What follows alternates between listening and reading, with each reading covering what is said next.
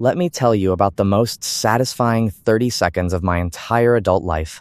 A single phone call I didn't even make myself that wiped out $20,000 from a greedy man's pocket. And the most beautiful part? He knew exactly why it happened. He just couldn't do a single thing about it. But to understand why that moment hit so different, I have to take you back to the late 90s, when my wife and I were young, broke-ish, and playing the long game. My wife, let's call her Melissa, and I had just gotten married. No kids, 2 incomes, 1 mission, stack enough cash in 12 months to put 20% down on our first house. We had a plan, and we were sticking to it. I'd just landed a software developer job in a new city that was paying me 3 times what I made before. 75 grand. 23 years old. Yeah, the dot-com era was something else entirely. We found a 2-bedroom condo listed at $950 a month. Perfect. Way beneath our means. Exactly the point.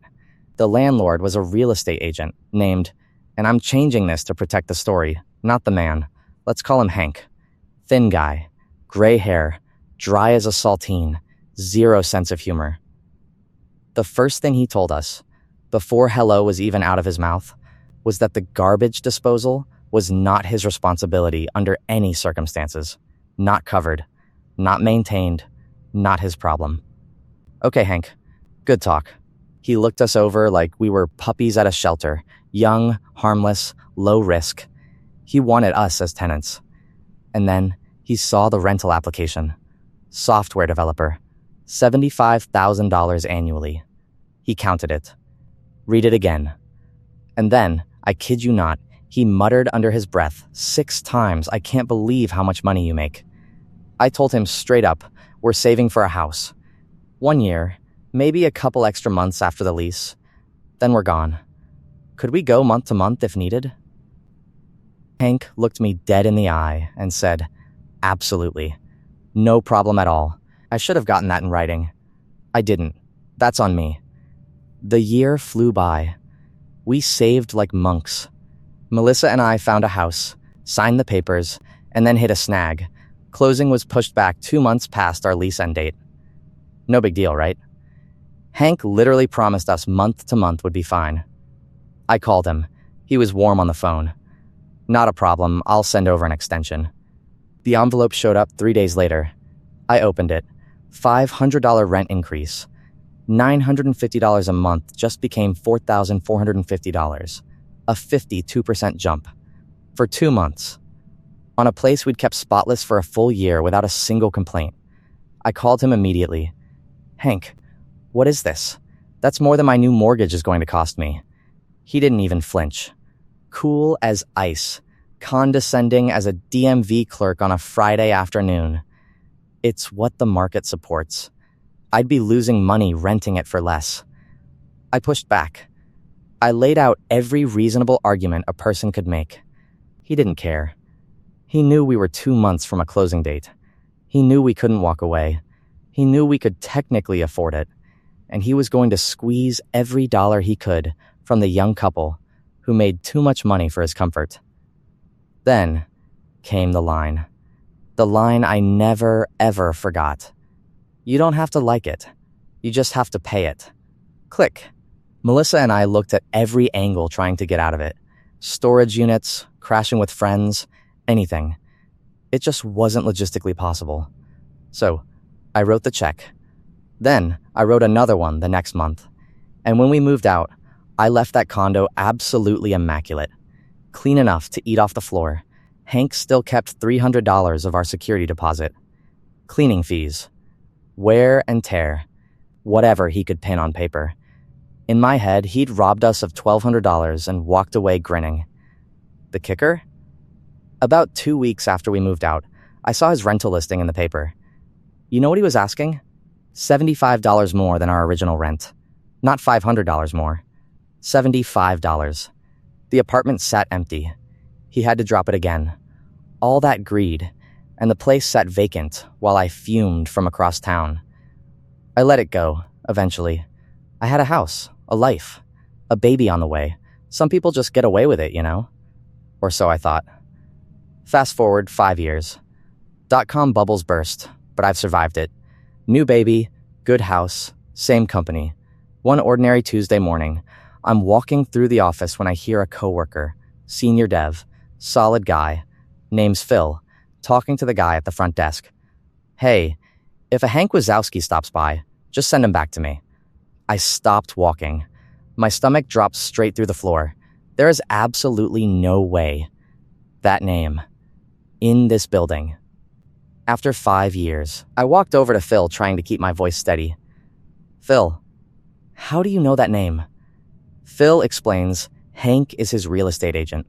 Sold him his condo years ago. Now Phil's selling that condo, buying a house, and planning to use Hank again for both transactions. My brain is already doing the math before Phil even finishes the sentence. Condo sale, maybe $175,000. House purchase, maybe $500,000 plus. Total transaction value, pushing $700,000. Agent commission at 3% on both sides of those deals, close to $20,000.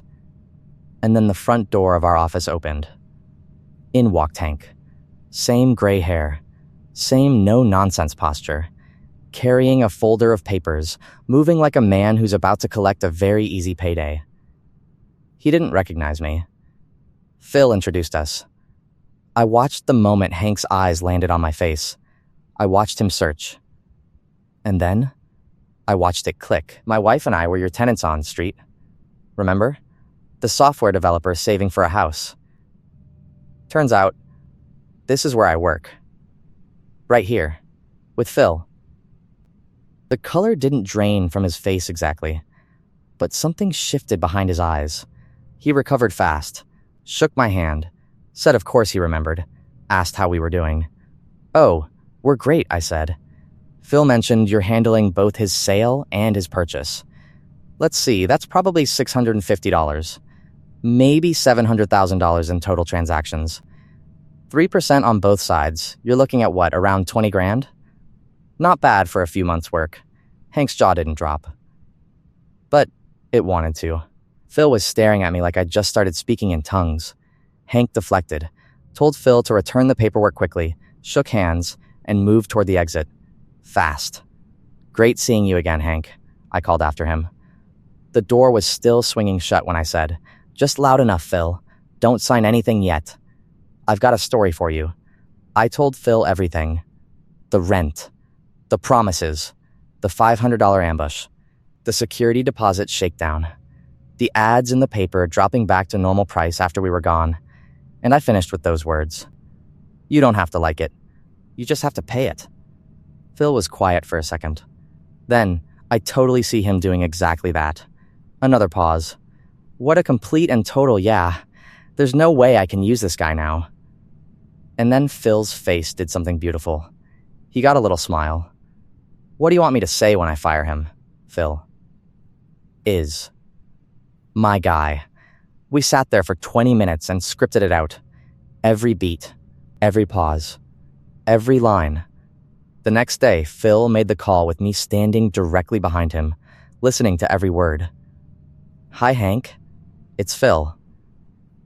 Yeah, about the listing agreement, I've decided to get some other quotes from different agents. I won't be signing with you. No, you really shouldn't offer a discount. You'd just be losing money. No, it has nothing to do with Rocky Moose. Hank talking. Well, Hank, you don't have to like it. You just have to accept it. Goodbye. Click. $20,000 gone from Hank's pocket. In 30 seconds. Because he couldn't be a decent human being to a young couple for 2 extra months in the late 90s. And here's the part that keeps me warm at night. Hank knew. He knew the second Phil said it has nothing to do with Rocky Moose, that it had absolutely everything to do with me. He knew I'd been there. He knew I'd told Phil the story. And he knew there wasn't a single thing he could say or do about it. He didn't have to like it. He just had to accept it.